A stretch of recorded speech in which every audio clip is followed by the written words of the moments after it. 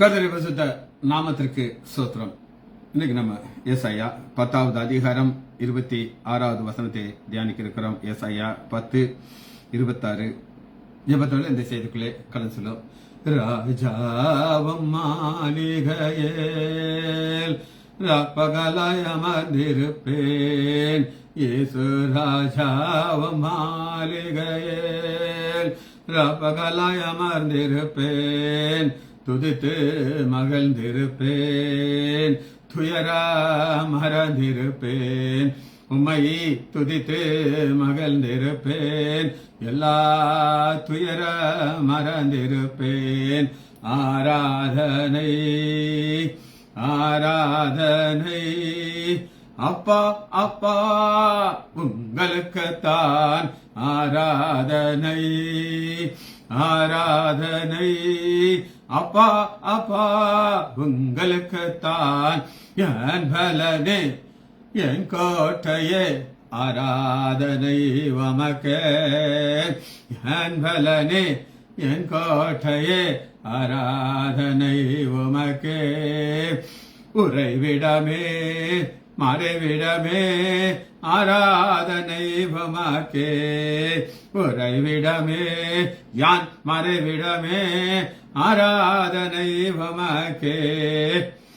உராரரா உபாரரா உபரபரா விகரகரா எங்கும் நிறைந்த யெகோவா எல்லேகும் ஆராதனை உமக்கே.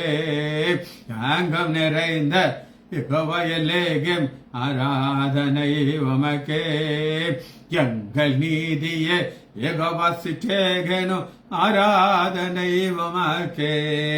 எங்கள் நீதியே யெகோவா சிற்றேகனு ஆராதனை உமக்கே. உரா உரா உபா உரா உப்பரவரா விகரவரா பரிசுத்தமாக்கம் யெகோவா மெகாதிஷ் ஆராதனை உமக்கே. பரிசுத்தமாக்கம் யெகோவா மெகாதிஷ் ஆராதனை உமக்கே. உருவாக்கும் தெய்வம் யெகோவா வசேனோ ஆராதனை உமக்கே. உருவாக்கும் தெய்வம் யெகோவா வசேனோ ஆராதனை உமக்கே. உரா உரா உவா உரா உபரபரா விகரபரா சீர்படுத்தம் சிருஷ்டிகரே ஆராதனை உமக்கே. சீர்படுத்தம் சிருஷ்டிகரே ஆராதனை உமக்கே. ஸ்திரப்படுத்தாம் துணையாளரே ஆராதனை உமக்கே. ஸ்திரப்படுத்தாம் துணையாளரே ஆராதனை உமக்கே. விராரரா ரிபாரரா விகரபரா விகரபரா உன்னதரே உயர்ந்தவரே ஆராதனை உமக்கே. உன்னதரே உயர்ந்தவரே ஆராதனை உமக்கே. பரிகாரியே பலியானீரே ஆராதனை உமக்கே. பரிகாரியே பலியானீரே ஆராதனை உமக்கே.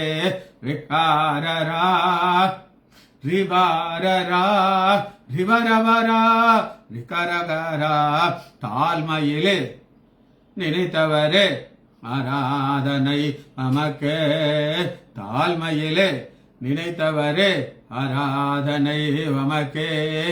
ஏழ்மையையே மாற்றினீரே ஆராதனை உமக்கே. ஏழ்மையையே மாற்றினீரே ஆராதனை உமக்கே. இயேசுவின் நாமத்தில் ஜெபங்களை பிதாவே ஆமென். கர்த்தருடைய பரிசுத்த நாமத்திற்கு ஸ்தோத்திரம். Leela Ammal praise Lord. Kavitha sister praise Lord. Nagaratnam Ammal praise Lord. Mariyal sister praise Lord. வாசிப்போமா. ஏசாயா 10வது அதிகாரம் 26வது வசனம். ஒரு கண்மலையிலே மீதியானர் வெட்டினது போல சேனைகளின் கர்த்தர் அவன் மேல் ஒரு சவுக்கு எழும்பு பண்ணி எகிப்திலே தமது கோலை கடல் மேலே ஓங்கினது போல அதை அவன் மேல் ஓங்குவார். இதுல ஆண்டவருக்கு ஒரு பேர் கொடுத்திருக்கிறது ஆல் மைட்டி. ஆல் மைட்டிங்கிற ஒரு வார்த்தையை நம்ம முதல் தியானிக்க இருக்கிறோம். ஆல் மைட்டி இது ஒரு கிரேக்க வார்த்தை. பென்டா, பென்டா, PANTO, பென்டோ. கராட்டோஸ், கராட்டோஸ், பென்டா, PANTO, பென்டா, பென்டாபாஸ். கராட்டோஸ், KRA, கராட்டோஸ், TOR, கராட்டோர். ஆல் மைட்டி, சர்வ வல்லவர். இதுக்கு ஆக்சுவலான அர்த்தம் என்ன அப்படின்னா ruler of all, ruler of all. எல்லா இடத்துலையும் அவருக்கு ஒரு ஆளுகிற வல்லமை இருக்கு. நம்முடைய மோடிஜி அவருக்கு என்ன வல்லமை இருக்குன்னா இந்தியாவுக்குள்ளதான் அவருக்கு வல்லமை இருக்கு. அவர் ஒரு நல்ல மனிதனால உலக யுத்தத்துல எல்லாம் மூக்கப்பட மாட்டார். ட்ரம்ப் அப்படின்னு ஒருத்தர் இருக்கார், அவர் எல்லாத்திலையும் மூக்கப்படுவார். அவர் தன்னை ஒரு almighty ruler of all அப்படின்னு சொல்லி அவர் நினைச்சுக்கிட்டு இருக்கார். இந்த கராட்டோர் ரெண்டாவது பாட்டு நான் சொல்லுங்க, KRATEO இருக்குன்னா டு ஹோல்ட். அதை பார்த்துக்கிட்டேன்னா உங்களுக்கு புரியும். பென்டோ இருக்குது. ரெண்டாவது பாட்டு கராட்டோர், கராட்டோர் டு ஹோல்ட். பல வருஷத்துக்கு முன்னாடி ஒரு சீஃப் மினிஸ்டர் இருந்தார், வயதான சீஃப் மினிஸ்டர். அவர் ஒரு சேர்ல, சீஃப் மினிஸ்டர் சேர்ல உட்காந்துட்டு கையை வச்சு பிடிச்சிட்டு இருக்காரு. ஒரு காமெடி போடுறாங்க, என்னை தூக்கி போடுங்க, ஆனா அந்த சேரோட தூக்கி போடுங்க. அவருக்கு சாகர வர அந்த ஆளுகை தன்ற ஹோல்டு பண்ணிக்கிட்டே இருக்காரு. இதை நான் விடவே மாட்டேன். எல்லாரும் நினைச்சாங்க அவர் மகனுக்கு கொடுப்பாங்க அப்படின்னு சொல்லி, யாருக்கும் கிடையாது. நான் தான் சாகர வர யாரு ராஜா அப்படின்னு சொல்லி சேர்த்த போயிட்டாரு. சரி, இதை நம்ம எங்க பார்க்கலாம் அப்படின்னு கேட்டீங்கன்னா எடுத்துக்கோங்க. 2 கொரிந்தியர் 6வது அதிகாரம் 8வது வசனம். 2 கொரிந்தியர் 6:8. 6:18.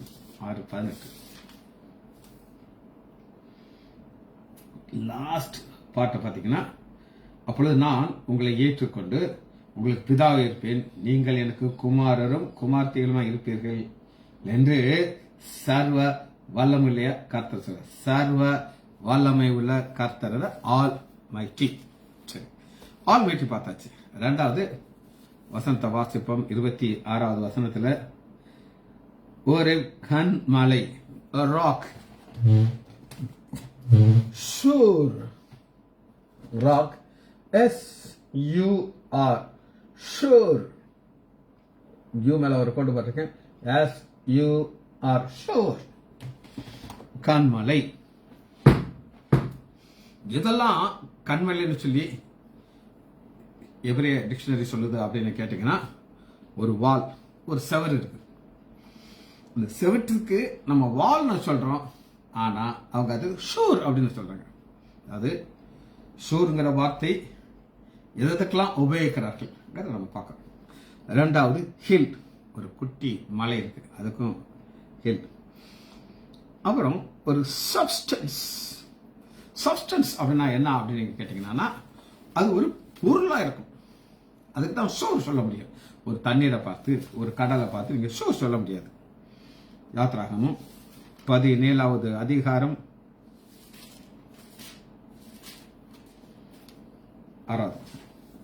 அங்கே ஒரேபிலே நான் உனக்கு முன்பாக கன்மலையின் மேல் நிற்பேன், நான் ஷூரின் மேல் நிற்பேன். Sure, right. அந்த நீ அந்த கண்மலையை ஆடி. முதல்ல ஆண்டவர் அடிக்க சொல்லுகிறார், 2வது பேச சொல்லுகிறார். ஆனா அந்த பழைய தாட்டிலே போய் என்ன செஞ்சாரு, அடிச்சு விட்டார். அடிச்சதுனால பிரச்சனை ஆயிடுச்சு. அதே நான் உங்களுக்கு காமிக்கிறேன். என்னாகமம் 20வது அதிகாரம் 8வது வசனம். 20:8. ஆண்டவர் சில காரியங்கள் சொல்லும்போது அதில் ஒரு சின்ன ஒரு சிக்கல் வச்சு சொல்லுவார்.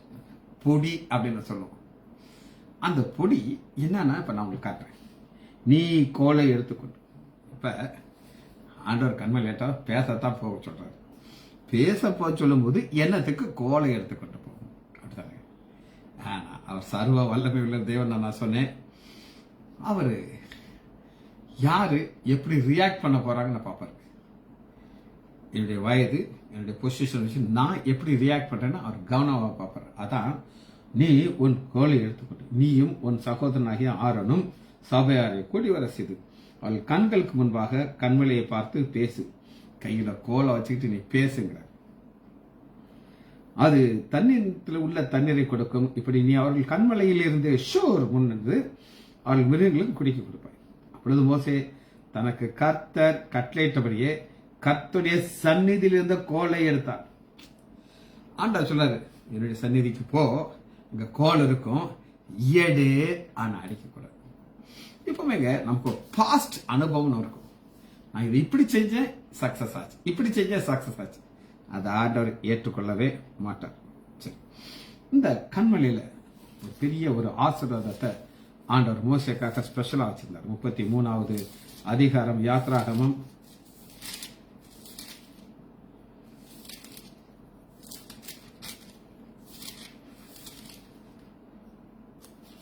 21.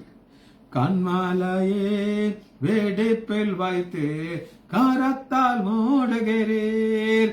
கண்மலையின் வெடிப்பில் வைத்து கரத்தால் மூடுகிறீர். என்ன சொல்லி பாடுவேன் யான் இதய வேந்தரே.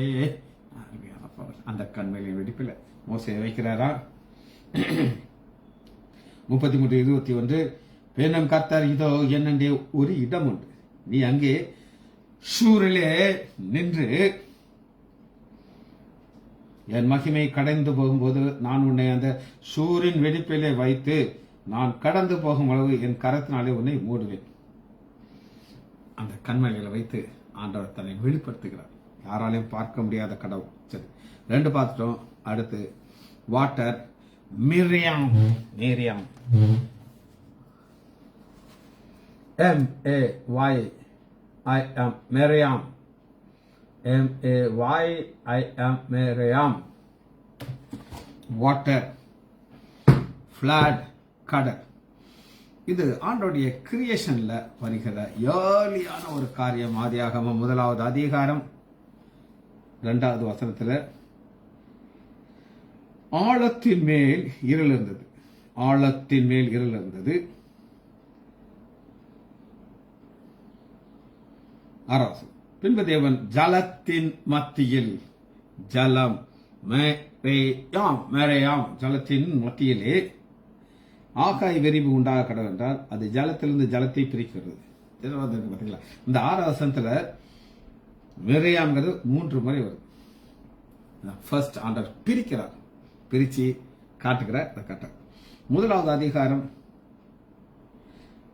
7வது வசனம், தேவன் ஆகாய விரிவை உண்டு பண்ணி ஆகாய விரிவுக்கும் கீழே இருக்கிற ஜலத்திற்கும் எல்லாத்துக்கும் ஒரு பேரை கொடுக்கிறார். சரி, யாத்ராகமம் 20வது அதிகாரம் 4வது வசனம், 20:4 மேலே வானத்திலும் கீழே பூமியிலும் பூமியின் கீழ் தண்ணீரிலும் உண்டாகிற தண்ணீர் எங்கேயுமே விக்கிரகத்தை உண்டு பண்ண கூடாது. இதுக்கு ஒரு ஆடிங்கான ஒரு வார்த்தையை கொடுக்கிறாரு எரேமியா.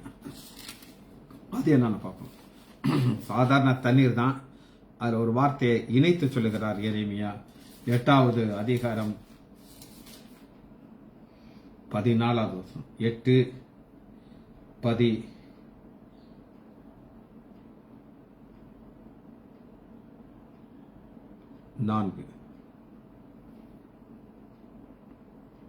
கடைசியில் பாருங்க, நமக்கு பிச்சி கலந்த தண்ணீரை குடிக்க கொடுக்கிறார். பிச்சி, கசப்பு. அனைவருடைய வாழ்க்கை கசப்பாக இருக்கும். காரணம் ஆண்டவர் கிடையாது, அவர்கள் செய்யற ஒரு முடிவு. எனக்கு நான் இப்படித்தான் இதை செய்வேன், எனக்கு இது இப்படித்தான் வேணும் அப்படின்னு. ஆண்டவர் வேண்டாம் புத்திரி அப்படின்னு சொன்னா கேட்கறது. சரியா, யோபு காரியத்தை பார்ப்போம்.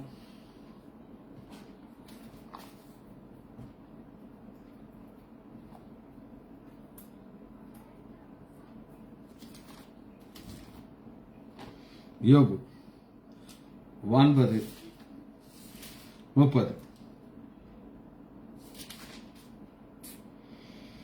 நான் உறைந்த மழை தண்ணீராலே மூழ்கி உறைந்த மூழ்கி. சரி, கடைசியா ஒரு வார்த்தை பார்த்துட்டு முடிக்க இருக்கிறோம். அது ரேஸ். ரேஸ்னா எழும்புறது, எழும்ப பண்ணி. அக்ரியோ இது ஒரு கிரேக்க வார்த்தை. இந்த கடைசியை பார்த்து முடிக்க இருக்கிறோம். அக்ரியோ, எக்ரி, IRO, அக்ரி ஓ மேல போட்டு பாட்டு. அக்ரியோ, EGEIRO, அக்ரி ஓ.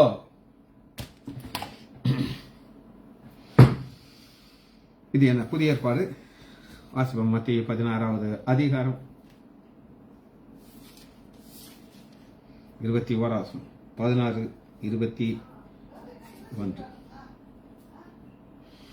அது முதல் இயேசு தாம் எருசலேமுக்கு போய் மூப்பரெல்லாம் வேதபாரனாலும் பாடுபட்டு கொலையின்ற 3ஆம் நாளிலே அக்ரியோ 3ஆம் எழுதிருக்கிறோம். Thank you, God bless you. நீங்க அங்க தோத்திரம் சொல்லோட எங்க கிடையாது. வெரி குட், தேங்க்யூமா. சரி, 17வது அதிகாரம் 23 17 23. அவர்கள் இயேசுவை கொலை செய்வார்கள், ஆகிய 3ஆம் நாள் உயிர் தெழும்பார். அரைஸ் எக்ரியோ. அப்போஸ்தலர் 3வது அதிகாரம் 15வது வசனம். எக்ரியோ. ஜீவாதிபதியை கொலை செய்தீர்கள், அவரை தேவன் மரித்தோரிலிருந்து எழுப்பினார். எக்ரியோ. இது லாங்குவேஜ் பார்த்தாச்சு. ஒரு வார்த்தைக்குள்ள நம்ம சொல்ல இருக்கிறோம்.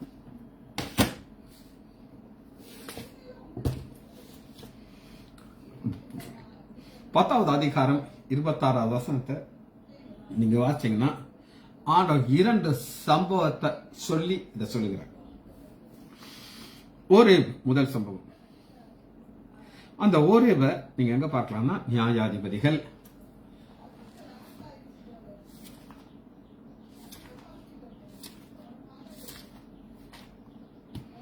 7வது அதிகாரம் 25வது வசனம். 7:25. மீதியாரின் ஒரு வசனத்தை வாசிக்கிறேன், அப்புறம் இதை நம்ம புரிந்து கொள்ள போகிறோம். ஏசாயா 10:26. ஒரே கண்மலையிலே மீதியானர் வெட்டுன்றது போல ஒரு சம்பவத்தை ஆண்டவர் சொல்றாரு. இது போல இப்ப நடக்க போகுது. ஆசிரியன் கையில இருக்கிறது, என் கையில இருக்கிற தண்டாயுதம். அவங்களை கஷ்டப்படுத்துறான், உங்களை வேதனைப்படுத்துறான். உங்களுடைய பிரச்சனை எப்ப முடியும்னு நீங்க சொல்லி கஷ்டப்பட்டுட்டே இருக்கீங்க, பயந்துகிட்டே இருக்கீங்க. ஆனாலும் ஒரு சம்பவத்தை நான் செய்தேன், அதே ஆண்டவர் தான் செய்ய போயிடும். ஒரு பேஷண்ட் ஒரு ப்ராப்ளம் நான் உங்களுக்கு கொடுத்ததுல ஒரு 80% சரியாயிடுச்சு. அந்த சொன்னாங்க, சார் எனக்கு அது சரியாயிடுச்சு சார், இது சரியாயிடுச்சு, அது சரியாயிடுச்சு எல்லாம் சொல்லிட்டு, சார் இப்போ இந்த பிரச்சனை இருக்கு சார் சொல்லி ஒரு கால் சொல்லிட்டு இருந்தார். நான் சொன்னேன், ஏமா அதுக்கு யாரும் உனக்கு மருந்து கொடுத்தா? நீங்க தான் சார் கொடுத்தீங்க. அது சரியாச்சா? ஆமா சார் சரியாச்சு. அது சரியாச்சுன்னா ஏமா இது சரியாகாது? ஆமால சார், அப்படிதானே சார்? பார்த்தீங்களா, நான் ஆண்டவர் எனக்கு ஒரு சுகத்தை கொடுத்த காரியத்தை விளக்கிட்டு அதே தான் உனக்கு கிடைக்க போகுதுன்னு சொல்றேன். 7:25. மீதியாரின் 2 அதிபதிகளாகிய ஓரேப் சேவை பிடித்து அதிபதி ஓரேப் எனப்பட்ட கண்மலையிலும் சேப் எனப்பட்ட ஆலையிலும் கொன்று போட்டு மீதியாரிகளை துரத்தி ஓரேப் சேப் என்பவருடைய தலையை யோர்தானுக்கு இக்கரையிலிருந்து கிதியோனிடத்தில் கொண்டு வந்தார்கள். கிதியான் போகல, அவருடைய சேனாதிபதிகள் போய் இந்த காரியத்தை செய்தாங்க. இத ஒரு சக்சஸாக அவங்க காட்டுறாங்க. இவங்க ரெண்டு பேரும் பவர்ஃபுல் பீப்புள். அது 7வது அதிகாரம் 1 வசனத்தில் நீங்க பார்க்கலாம். அப்பொழுது கிதியோன் எருபாகால் அவனோடு இருந்த ஜனங்கள் யாவரும் அதிகாலையில் புறப்பட்டு ஆரோத்தின நீரூற்றிலே பாளையம் இருக்கு. மீதியானுடைய பாளையம் அவளுக்கு வடக்கு மீதியானுடைய பாளையம் இருந்துச்சு. அது பள்ளத்தாக்கு இருந்துச்சு. ஆண்டவர் சொல்றாரு, அப்பொழுது கர்த்தர் கிதியோனை நோக்கி, நான் மீதியானியரை உன்னோடு இருக்கிற ஜனத்தின் கையில ஒப்புக் கொடுக்கிறதை என் மிகுதியா இருக்கிறார்கள். அதாவது நிறைய ஸ்ட்ரென்த் இருந்தனாலதான் நான் இது செஞ்சேன் அப்படின்னு நீ சொல்லிடாரு. அதனால ஆண்டவர் என்ன செய்யறாருன்னா ஸ்ட்ரென்த்தை குறைக்கிறாரு. குறைச்சு அவருக்கு என்ன ஆசை அப்படின்னா, நான் தான் வெற்றி கொடுத்தேன், துதிக்கான மகிமை எனக்கு தான் வந்து சேரும், நான் இவ்வளவு ஸ்ட்ரென்த்தோட போனால்தான் ஜெயிச்சுட்டு நீ சொல்லாதன்னு சொல்லி நிறைய ப்ராசஸ் கொடுத்து எல்லாத்தையும் கட் பண்ணி அந்த பட்டயம் பானை தீவெட்டி 19 சொல்றாங்க. இப்படித்தான் இந்த 2 பேரை அடிக்கிறது. 7வது அதிகாரம் 10வது நடு ஜாமத்தின் துவக்கத்திலே ஜாமக்காரரை மாற்றி வைத்த பின்பு கிதியோனும் அவனோடு இருந்த 100 பேரும் அந்த ஜாமத்தின் துவக்கத்திலே பாளையத்தின் முன்னாடி வந்து எக்காலத்தை ஊதி தங்கள் பானையில் இருந்த உடைத்தார்கள். இது மூலமாக ஆண்டவர் ஒரு பெரிய காரியத்தை கொடுத்தார். இத சங்கீதத்துல இன்னும் அழகா சொல்றார். சங்கீதம் 83வது அதிகாரம்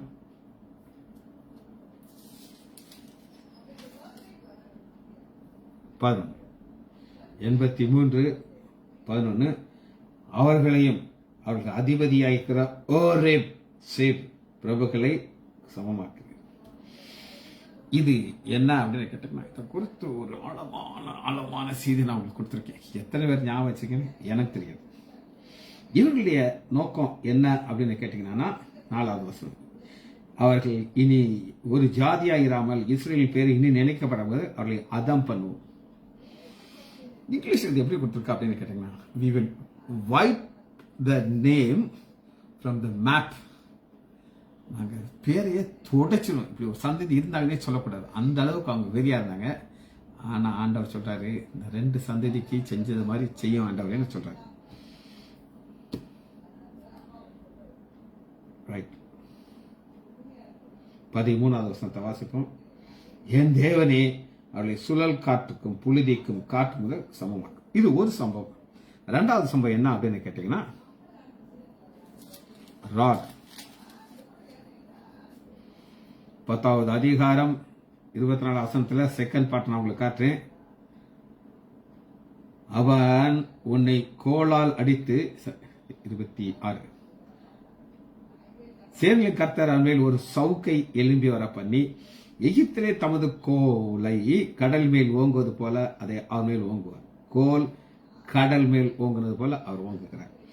இதுக்கு என்ன ஒரு பேக்ரவுண்ட் அப்படின்னு கேட்டீங்கன்னா, இதுல ஆண்டவர் ஒரு பெரிய சத்தியத்தை சொல்லிட்டு தான் சொல்றாரு. 10வது அதிகாரம் 24வது வசனத்துல பாருங்க, ஓங்குவான் அசிரியனுக்கு பயப்படாது. சாத்தான் என்ன செய்வான்னா ஒரு பயத்தை உண்டாக்கிட்டே இருப்பான். எவ்வளவு போல நீங்க பயப்பட்டீங்களோ வேலை முடிஞ்சிருச்சு. என்னுடைய வாழ்க்கையில் ஆண்டவர் எத்தனையோ பாதைகளை கொண்டு போயிருக்காரு, எத்தனையோ பாதைகள். ஆனா எனக்கு தெரியும், நான் விசுவாசிக்கிறவர் இன்னார் என்று நான் அறிவேன். அவரிடத்துல ஒப்பு கொடுத்ததை அவர் அந்நாள் வரை காக்க வல்லவராக இருக்கிறார். சந்தோஷத்தோடு நான் என் வாழ்க்கையை வாழ்றேன். 11வது அதிகாரம் 16 வசனம். ஏசாயா 11:14 இஸ்ரவேல் எகிப்திலே தேசத்திலே புறப்பட்ட நாளிலே அவர்களுக்கு இருந்தது போல அசிரியனிலே அவருடைய ஜனத்தில் ஒரு மீதியானவர்களே ஒரு பாதை. ஆண்டவர் அழிக்கிறது மட்டும் கிடையாது. அழிக்கிறது இந்த யுத்தத்தில் நடந்துகிட்டு இருக்காங்க, பாம்பு போட்டுக்கிட்டே இருப்பாங்க, அழிச்சு எல்லாமே. ஆனா அவருடைய ஒரு விசேஷமான வல்லமை என்ன அப்படின்னு கேட்டீங்கன்னா, ஒரு மீதியான ஜனத்தை எகிப்து தேசத்திலிருந்து அவர் புறப்பட பண்ணுகிறார். மீதியில் அவருக்கு ஒரு பெரிய பாதை இருக்கு. இந்த பாதை பரிசுத்தமான பாதை. அங்க பயம் கிடையாது, சஞ்சலம் கிடையாது, கலக்கம் கிடையாது, சந்தோஷம் மாத்திரம் இருக்கும். இது ஆண்டவருடைய ஒரு விசேஷமான பவர். ஆனா பயப்படக்கூடாது. தேவன் அவர்களை ஒரு பங்காக மாற்றுகிறார். எகிப்தில் நடந்தது என்ன அப்படின்னு நீங்க கேட்டீங்கன்னா, ஏசாயா 51வது அதிகாரம்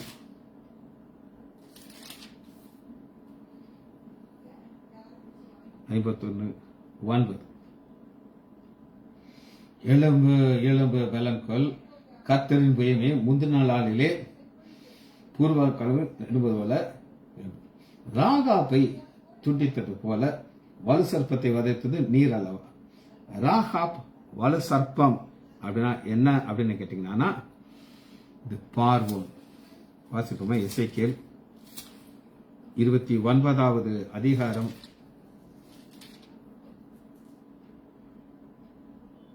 3வது வசனம்.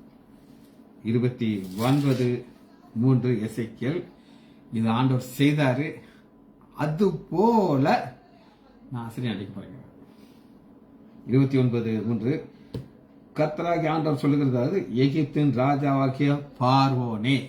அந்த பார்வோன் உங்களுக்கு ஏற்கனவே நான் சொல்லியிருக்கேன். பார்வோன் அவன் ஒரு ராஜா, கடவுள்.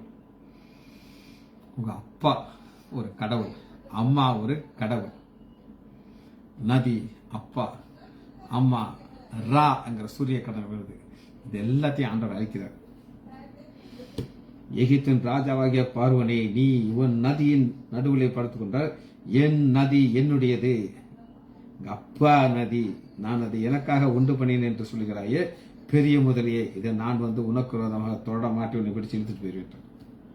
இதை செய்து முடித்தார். இதை திரும்ப செய்ய வல்லவராக இருக்கிறார்.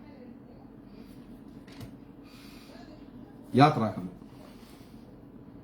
14வது அதிகாரம்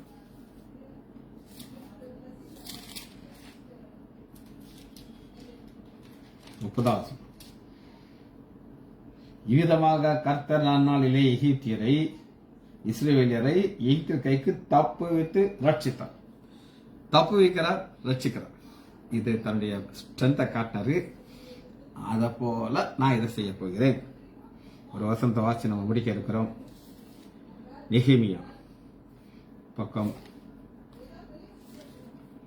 6:1-5.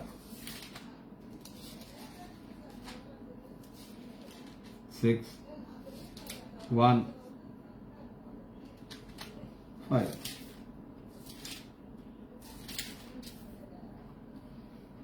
ஒன்பதாவது அதிகாரம் 10. பார்வோன் எல்லாம் அவனுடைய எல்லா ஊழியக்காரர்களும் அவன் தேசத்தின் சகல ஜனத்திலும் அடையாளங்களையும் அற்புதங்களையும் செய்தீர். அவர்களை உமது ஜனத்தை அகந்தையாய் நடத்தினார்கள் என்பதை அறிந்திருந்தீர். அப்படி இந்த நாள் வரை இருக்கிற அவங்களுக்கு கீர்த்தி உண்டாக்கு. கடலை பிரிக்க செய்தீர், கால் நலையாமல் நடந்தார்கள். வலுவான தண்ணீர்களை தண்ணீரை போடுவது போல அவர்களை தொடர்ந்து ஆளுங்களை போட்டுட்டு, இதெல்லாம் செய்து முடிச்ச காரியத்தை நெகேமியா சொல்லி ஆண்டவரை சந்தோஷப்படுத்துகிறார். இன்னொரு வசனத்தை வாசி நம்ம அதை முடிக்க இருக்கிறோம். ஆபாகக் 10:8-5. 10:8-5. 3வது அதிகாரம் 5வது வசனம். அவருக்கு முன்பாக கொள்ளை நோய் சென்றது. எகிப்த வாதைய அவர் கோடவுன்ல கொள்ளை வச்சிருக்காரு, போ அப்படிங்கிறார். அது அடிகளே புறப்பட்டு எரிபந்தமான காய்ச்சல் புறப்பட்டு. காய்ச்சல்லாம் வந்தவங்களுக்கு தான் தெரியும். எனக்கு நான் பட்ட கஷ்டம் எனக்கு நல்லா தெரியும். ஆண்டோட அந்த காய்ச்சல் இருந்து விடுதலை கொடுத்து இன்னைக்கு சுகபலனோட வைத்திருக்கிறார். கர்த்தருடைய நாமத்துக்கு ஸ்தோத்திரம். ஜெபத்தை முடிப்போம். அம்மா இறக்காம கரவேமல்ல பிதாவே, உம்மை துதிக்கிறோம் ஐயா. 2 சம்பவங்களை நாங்கள் தியானித்தோம் ஐயா. அந்த சம்பவத்தை செய்த ஆண்டுடைய வல்லமை இன்றும் ஜீவனோடு இருக்கிறேன். அதே வல்லமையோடு எங்களை பாதுகாக்கிறேன். பிள்ளைகள் ஒவ்வொருவரையும் என் ஆண்டவராகிய இயேசு கிறிஸ்துவின் நாமத்தினாலே ஆசீர்வதிக்கிறேன். இயேசுவின் நாமத்தினால் ஜெபங்கள் பிதாவே. ஆமேன், ஆமேன், ஆமேன்.